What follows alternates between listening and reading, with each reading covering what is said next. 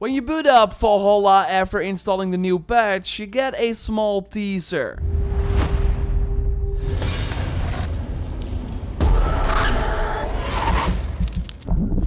Yes, the new expansion is of course dropping on March 10th, and this is the final update before the launch, which also added some new features, skills. We learned more about Dawn of Ragnarok. I want to go over the amazing new looking armor set and way more. Of course, if you like the Valhalla content here on the channel, then leaving a like on it would really help me out.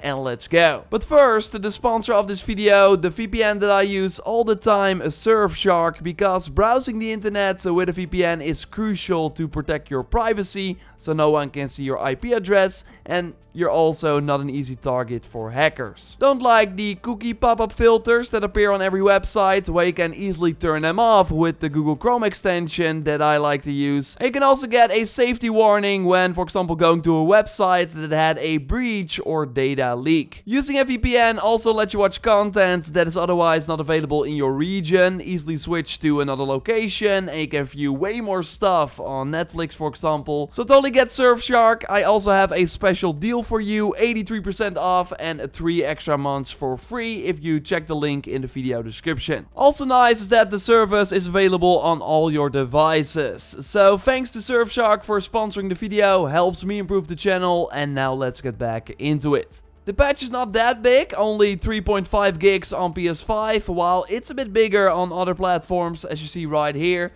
And one of the big things they did is make more improvements to the stealth in the game. So first, if you would whistle, the enemy would like react, but not check you out, which was very annoying, so I never really used the feature. Well, now after the update, it works almost every time, so it's once again a very reliable tactic to assassinate enemies one by one. Also annoying was that if you would hit environmental traps, you would almost instantly be alerted, but now you can actually use these barrels while still remaining undetected, which is also great. And there are even more stealth improvements, by the way, as you can see right here, also for animals or when using a bow. So, as they said before, they're really trying to improve it, and we see it once again with this update. Brand new is the story difficulty we see mostly for PlayStation exclusives. It's called Zaga Difficulty in Valhalla, and yes, as the name suggests, the game will be a breeze in this mode. Like, enemies were hitting Eivor here, but the health did not decrease, and if it did, it would immediately regen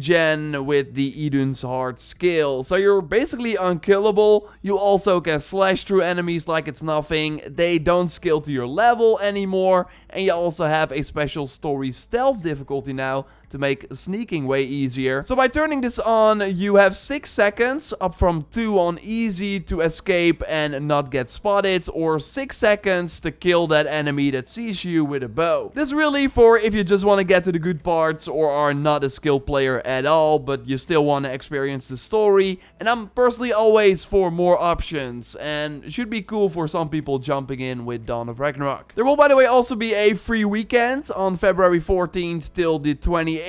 So if you somehow are watching this and don't have the game, you can check it out, and then also check the new difficulty settings. And well, maybe you noticed it, but in the gameplay settings there are now way more ways to tweak each difficulty. Every difficulty of course comes with presets, and then the moment you tweak the damage taken or damage output, the difficulty turns into custom.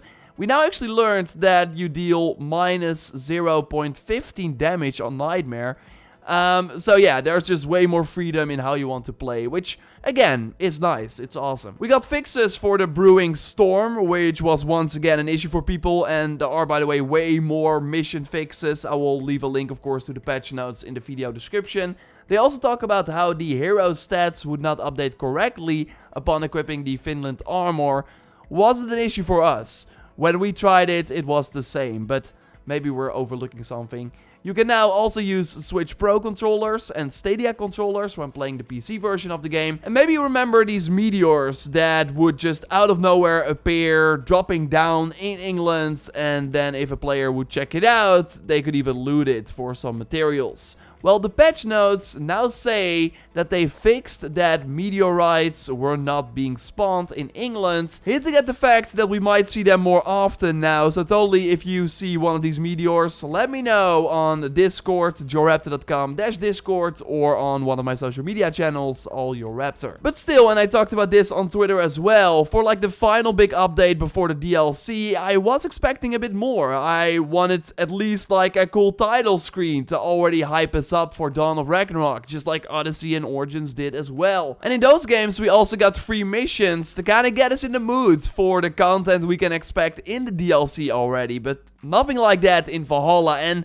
what about the combat with a hood on? Like, we saw it in the cinematic trailer. But yeah, I don't think we're able to do that in Dawn of Ragnarok ourselves, which is such a shame. I still want a loadout feature, better daily contracts, or just ways to earn runes, because that's such a crucial part of the build system. It's kind of weird that they're focusing on difficulty settings instead, when it feels like we had many of those already. While I think there are way more important quality of life things that I would love to see. Now, to be fair though, they did add some brand new skills. So the first time you open the skill menu after the update, you will be sitting there for really 30 seconds. I'm not kidding.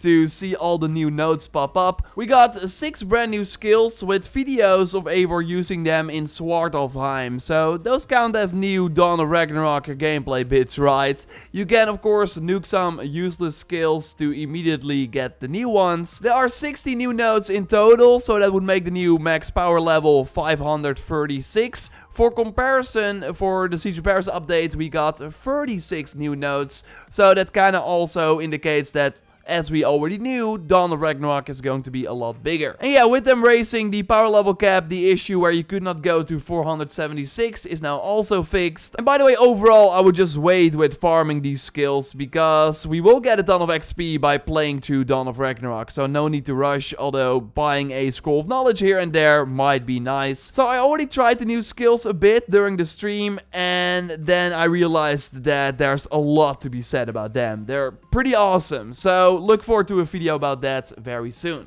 They also added a brand new armor set to the Helix store, which might be my new favorite look so far. I was first neon all the way, so the red and the white variant, white hood as well with no cape.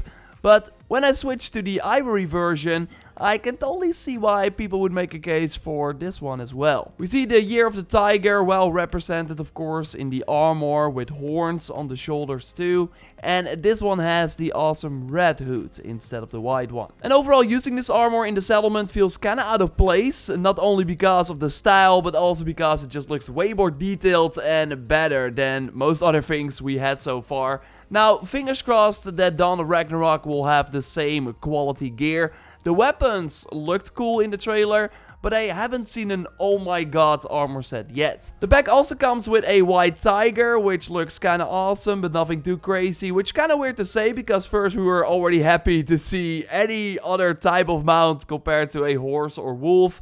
I do like the bird skin a lot though. And yeah, I first thought the new weapon was going to be the Edgear from the new expansion already, but no, it's just a spear. It still looks awesome, and it has an interesting perk. Namely, on a heavy finisher, you send this wind towards the enemies, pushing them backwards.